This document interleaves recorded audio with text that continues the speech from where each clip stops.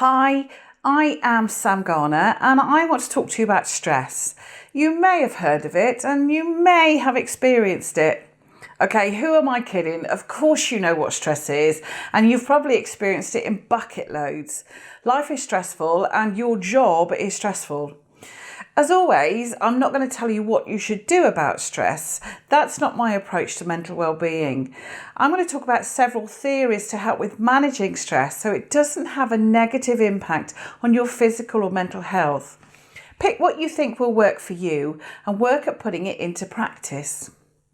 As with all mental health techniques, the key is that they need practicing to become habit, and we need to make sure we are proactive with practicing them. So let's start by looking at what is stress and why do we have it. When we're placed under pressure or we have demands put on us, it's our reaction to being threatened. Our body reacts by releasing hormones that make us more alert and increase our pulse rate, which enhances our performance in the short term. So some stress is a good thing. What's not good is when we experience longer term stress. So many of these stress hormones have a negative effect on us physically and mentally. They damage our immune systems and can lead to a whole host of physical problems. Physical problems of stress can include IBS, irritable bowel syndrome, forgetfulness, aches and pains, headaches, unable to focus, lack of energy and tiredness, increasing use of alcohol or drugs, or changes in eating habits. Over longer periods of time, stress can cause high blood pressure, heart disease, diabetes, depression, anxiety, skin problems, and many others. Stress can also make existing problems worse. Pain feels more painful.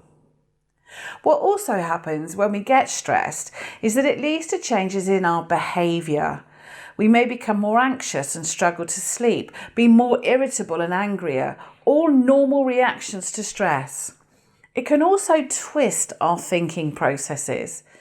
When we are overstressed, we are more likely to jump to conclusions and personalise behaviours. We think people are doing things to annoy us on purpose. It's like when you're late for something, there seems to be more useless drivers getting in your way on the road. Or when you're in a rush, the family seems more troublesome and less willing to help, and that makes us even more angry. When I'm stressed and I've been neglecting my mental health, I absolutely despair at the inability of people in my household to see simple things that need doing and putting away. It feels like they're doing it on purpose. The problem is they aren't really that bothered if I'm angry at them. They know I'll shout at them, but they know that's about it and that it will pass. I can't change their behaviour, but I can change mine. Now, one theory around stress I want to talk about was developed by two people called Lazarus and Folkman. And they have a definition of stress that I really like. They say that stress occurs when we have a demand placed upon us, but we don't have the resources to meet that demand, or we think we don't have the resources to meet the demand, that we aren't going to be able to do it. They also said that how stressed we are isn't affected by how far off we are from meeting the demand. It's affected by what we think will be the consequences of not meeting the demand. So if we catastrophize an outcome of not being able to do something, we will increase our stress levels. So putting this into a practical example, if, for example, your house is a bit of a mess and you have a phone call saying that someone is coming to visit in an hour, and you know that that person is a judgy type of person and will criticise you for not having a tidy house, you also know that 1 hour is nowhere near enough to tidy the house. So you feel stress immediately. The level of stress you feel isn't based on how much of the tidying you can get done. The level of stress you feel is affected by what you think will happen if the house isn't tidy. If you think, well, the old bag will have to judge me, but I'm not really bothered what she thinks. And I am in my head thinking of my ex-mother-in-law there. But if you think you're not really bothered what she thinks, your stress level will be less. If you think, OMG, she's going to think I'm an awful wife, parent, person, and tell everybody I can't cope and everyone will think badly of me, then you will have increased your stress levels. Now, using this idea of stress, Lazarus and Folkman then came up with 2 ideas for reducing stress: the problem-focused idea or the emotion-focused idea. Problem-focused means, can I resolve the problem of not meeting the demand by either changing something? I either reduce the demand or increase my ability to achieve it. Then the stress is reduced.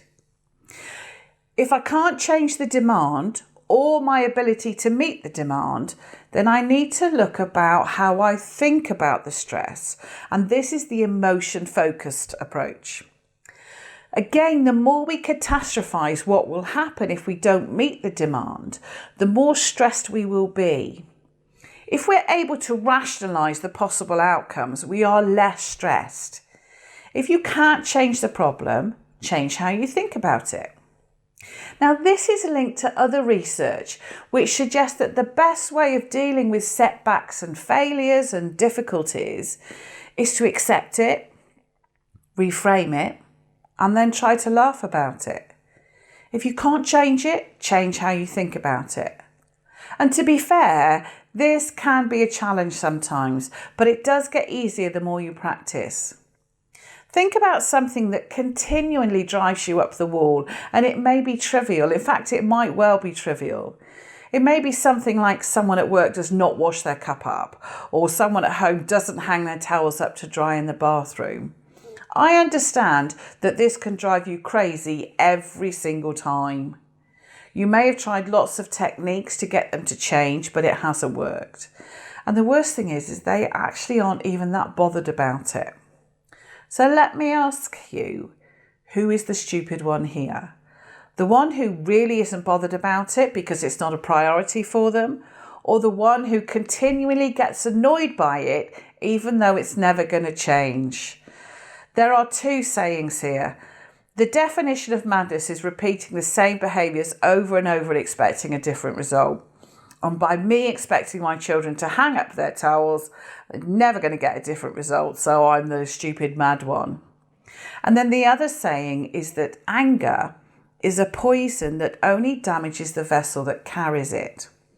Accept it, reframe it, laugh about it. Are they ever going to wash their cup up? No. So accept it and wash it up and then make a joke about it.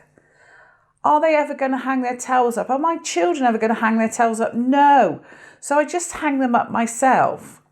Yes, there is a principle potentially at stake, but look, do I do everything perfectly? Do you do everything perfectly? No, you probably do things that annoy others because we have different priorities. The only behaviour we can change is our own. Actually, as a sidebar here, that is why forgiveness is actually a selfish act. Remember what I said about anger poisoning the vessel that carries it. My first husband left me when our children were very small, and I was angry about that for a long time. I'm sure you're wondering why he left me, and yet I know, why would anybody leave me? But I hated him, and the hatred consumed me for a while. And then I realised he didn't care I was angry at him. He'd married some other ugly woman and was happy, well, for a while, because he did divorce her. But the only person the anger was hurting was me.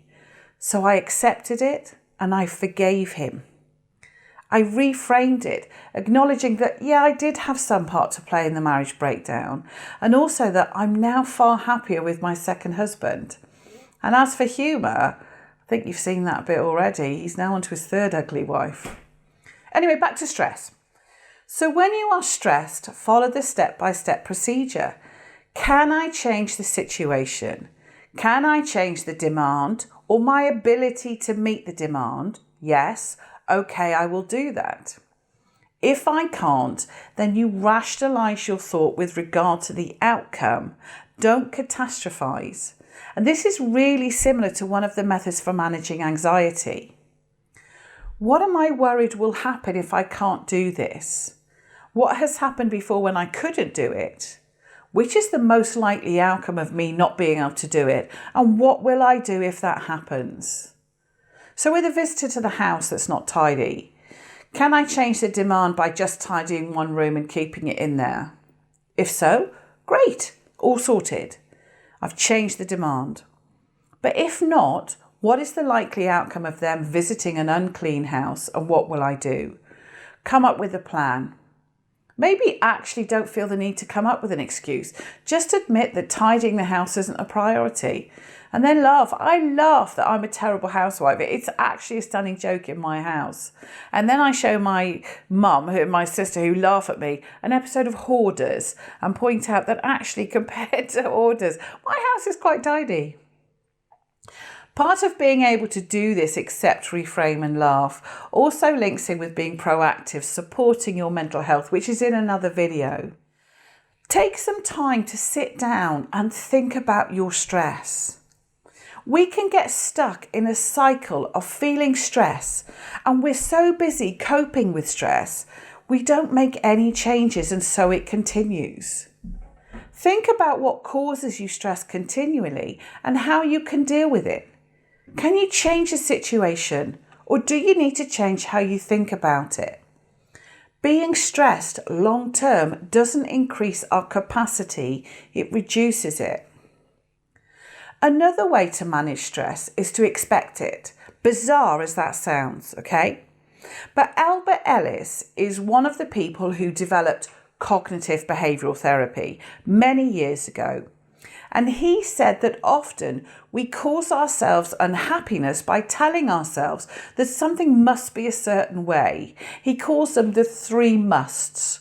And the 3 musts that we tell ourselves can increase our stress levels.